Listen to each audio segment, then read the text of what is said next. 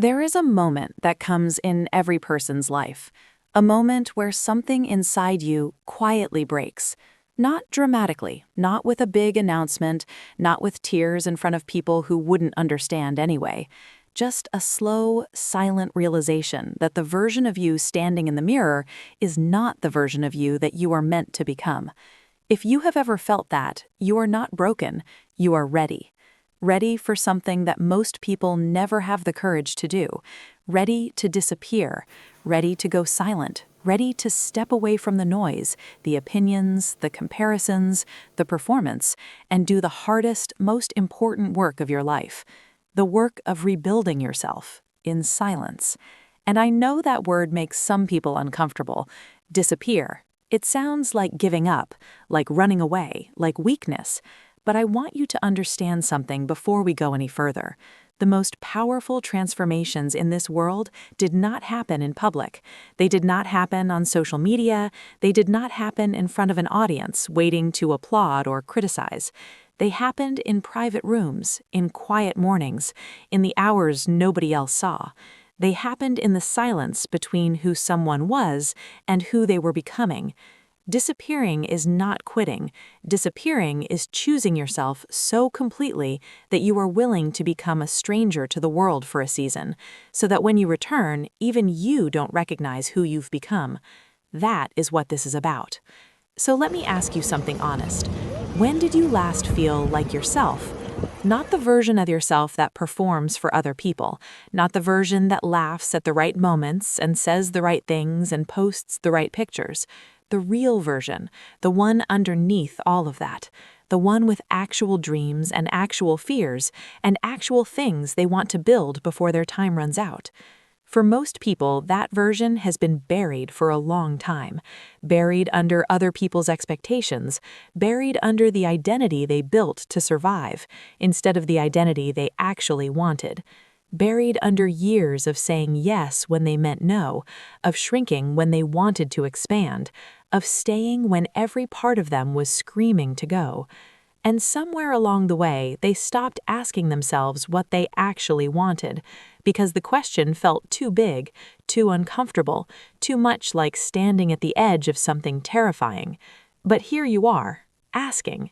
That matters more than you know. The first thing I want you to understand is this. You cannot rebuild something while the construction site is still open to the public. Think about that. When a building is being renovated, completely torn down and rebuilt from the foundation, they put up walls around it, they close it off, they block it from view, not because they are ashamed of the process, but because renovation requires protection. It requires space. It requires the freedom to tear things down without an audience commenting on every brick. You are no different. When you are in the process of rebuilding yourself, your identity, your habits, your beliefs, your sense of what you deserve, you cannot do it with the whole world watching. You cannot transform while simultaneously managing other people's perceptions of your transformation. It does not work that way. Every time you announce what you are working on, you invite opinions you are not equipped to filter yet. Every time you share your process before it is complete, you expose something tender and unfinished to people who do not have the context to understand it. Every time you perform your growth instead of living it, you trade real change for the appearance of change. And the appearance of change feels good in the moment. It gets likes, it gets encouragement, it gets attention, but 6 months later, nothing has actually shifted because you got your reward, the validation, the recognition, the feeling that people see you trying without doing the actual work. The silence strips that away. The silence forces you to work for yourself, to build for yourself, to become something for the only reason that actually sustains transformation, because you decided you were worth becoming. The second thing I want you to understand is that disappearing is an act of radical self-respect.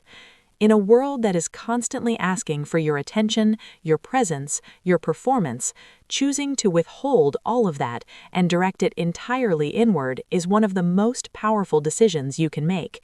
It says, my growth matters more than my image right now. It says, I am willing to be misunderstood for a season in order to be undeniable for a lifetime. It says, "I trust myself enough to do this without an audience." Most people cannot do that. Most people need external validation to keep going. They need someone to notice, someone to comment, someone to tell them they're on the right track, and there is nothing wrong with being human. But when your motivation to grow is dependent on other people's attention, your growth will always be limited by how much attention you can get. The person who disappears and rebuilds in silence, they develop something different. They develop an unshakable internal compass, a relationship with themselves so strong that they do not need anyone else to confirm their progress. They know their own truth, regardless of what anyone around them sees or says. That is a kind of freedom most people never experience. Now let me talk about what the silence actually looks like. Because I am not telling you to disappear from your responsibilities. I am not telling you to abandon the people who need you or the obligations you have made. I am talking about a different kind of disappearance. It is the disappearance from noise, from the endless scroll, from the constant consumption of other people's lives and opinions and content, from the conversations that drain you without feeding you, from the relationships that were built on an old version of you that no longer fits. It is the disappearance from performance, from the need to constantly show people who you are and what you are doing and how you are feeling, from the exhausting work of managing your image while trying to simultaneously manage your growth.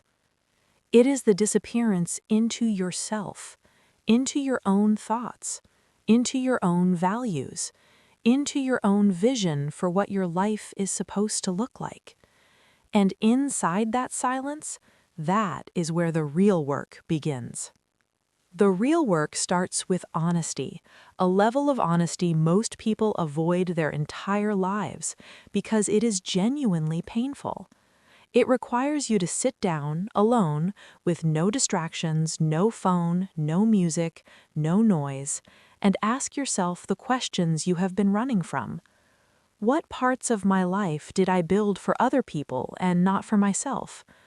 What did I give up on that I am still grieving? What am I genuinely afraid of? Not the comfortable answer, the real answer. What would I do with my life if I stopped caring what anyone thought? Who have I been pretending to be, and who do I actually want to become? These are not easy questions. They will not have clean answers. And some of the answers will make you uncomfortable in a way that takes days to settle. But that discomfort, that is the feeling of something real being uncovered. That is the feeling of truth finally being allowed into a room that has been full of noise and distraction for years. Do not run from it. Sit in it. Let it tell you what it needs to tell you. Because you cannot rebuild on a foundation you have not honestly examined. And most people are trying to build a new life on top of the same unexamined beliefs, the same untouched wounds, the same old stories they have been telling themselves since childhood. The silence gives you the chance to finally look at all of it, not to be destroyed by it, but to understand it, to decide what you are keeping and what you are releasing, to choose consciously what the foundation of this rebuilt version of you is going to be made of. Here's something nobody tells you about rebuilding in silence. It is lonely. It is genuinely, deeply lonely. There will be days when you wonder if you made a mistake, days when the noise you walked away from starts to feel safe compared to the quiet you chose. Days when the old version of your life, the one that was familiar even if it was wrong, starts to look appealing again just because it was known. And there will be people who do not understand, people who will take your silence personally, people who will interpret your withdrawal as rejection, as arrogance, as you thinking you are better than everyone else. Let them misunderstand. The people who are truly for you will still be there when you come back, and the people who were only there for the version of you that needed their validation, they were never really yours to keep. You have to be willing to be misread for a season. You have to be willing to look like you disappeared when really you were just finally showing up for yourself. You have to trust that the loneliness of this season is not permanent, that it is the price of admission for the kind of transformation that lasts. And here's the truth about that loneliness that nobody tells you. It transforms. Slowly, at first, so slowly you almost don't notice, but somewhere in the middle of the silence, the loneliness starts to become something else. It starts to become solitude. And solitude is not loneliness. Loneliness is wanting company and not having it. Solitude is choosing to be with yourself and finding that you are actually good company. The person you are rebuilding into, they are there, in the silence, waiting. And the more time you spend with them, the more you realize that the version of yourself you are becoming is someone you genuinely want to know. Someone strong, someone clear, someone who knows what they want and why they want it, and what they are willing to do to get there. That is who you are building, day by day, brick by brick, in the quiet hours when nobody is watching. Now I want to talk about what rebuilding actually requires, because disappearing and sitting in silence is not enough on its own. The silence creates the space, but you have to fill that space with something intentional, with something real. Your body, this is where it starts. Because when everything else feels uncertain, and during a season of rebuilding, almost everything will feel uncertain, your body is the one thing you have complete agency over. You decide whether you move it or neglect it. You decide what you put into it. You decide whether you sleep or whether you let anxiety steal your rest night after night. Take the body seriously, not to perform for anyone, not for before and after pictures, because your body is the physical container of everything you are trying to build. When your body is strong, your mind is clearer. When you sleep, your thinking sharpens. When you move, something in you shifts, not just physically, but energetically. You start to feel like someone who is capable, like someone who follows through, like someone who does hard things. And that feeling, that embodied sense of capability, it bleeds into every other area of your life. Your mind. Feed it deliberately. Read things that make you think. Listen to things that challenge your assumptions. Spend time inside ideas that are bigger than your current situation.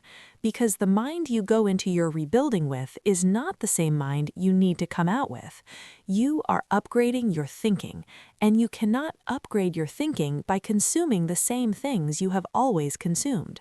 Cut the noise that shrinks you, the content that makes you feel like you are not enough, not doing enough, not moving fast enough, the voices that feed your comparison and starve your confidence.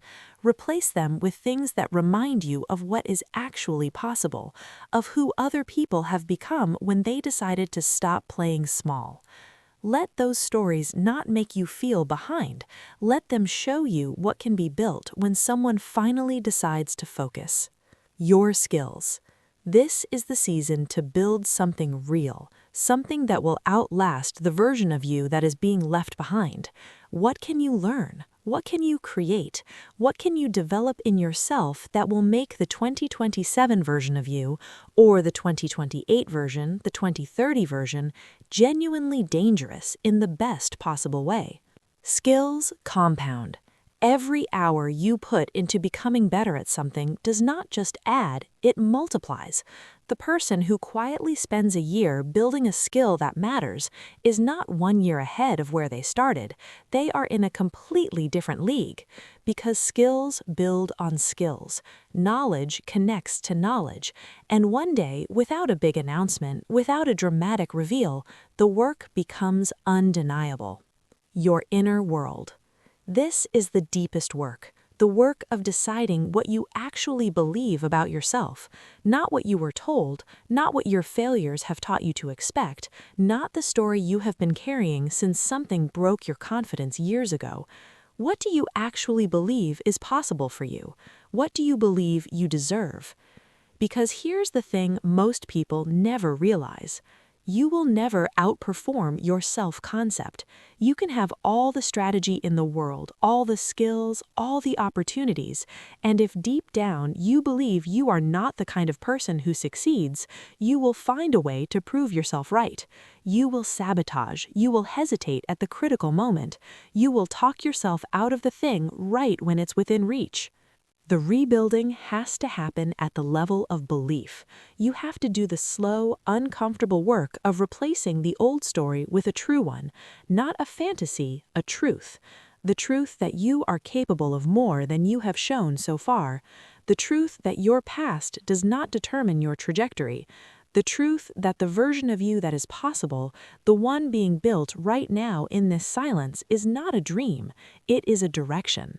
And every day that you show up for yourself, even imperfectly, even on the days when it feels pointless, you are writing a new story, not with words, with action, with the proof that you are someone who keeps going when it's hard, someone who chose themselves even when it was uncomfortable, someone who did the work even when nobody was watching.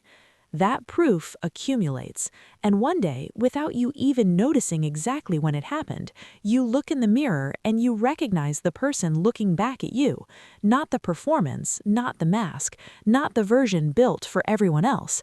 You see yourself, rebuilt, quieter than before but stronger, clearer than before but deeper, changed in ways that are hard to explain to people who were not inside the silence with you. And that is when you emerge. Not with a big announcement, not with a dramatic return, not with a press release about your transformation. You emerge simply by being different, by showing up differently, by carrying yourself in a way that tells the story without a single word, by the decisions you make without hesitation that used to paralyze you, by the things you no longer tolerate that you used to accept, by the things you pursue now with a steadiness that used to be impossible. People will notice, not because you told them, but because transformation at this level is impossible to hide. It lives in your eyes, it lives in your posture, it lives in the way you speak and the way you listen and the things you choose to give your energy to. And when they ask what happened, because they will ask, you will not have a complicated answer. You will not have a dramatic story to tell. You will just say, I disappeared for a while. I did the work, and I came back as someone I actually respect. That is the whole story. That is what this silence is for. So let me leave you with this. You do not need permission to disappear. You do not need to explain yourself to anyone. You do not need to announce your rebuilding or justify your silence or perform your transformation for people who were never going to understand it anyway. You just need to begin. Begin with honesty. Begin with your body. Begin with one small decision today that the person you are rebuilding into would make. Not a big dramatic gesture, just one quiet, intentional act of choosing yourself. And then do it again tomorrow, and the day after that, and the day after that. The world will keep moving while you are in your silence.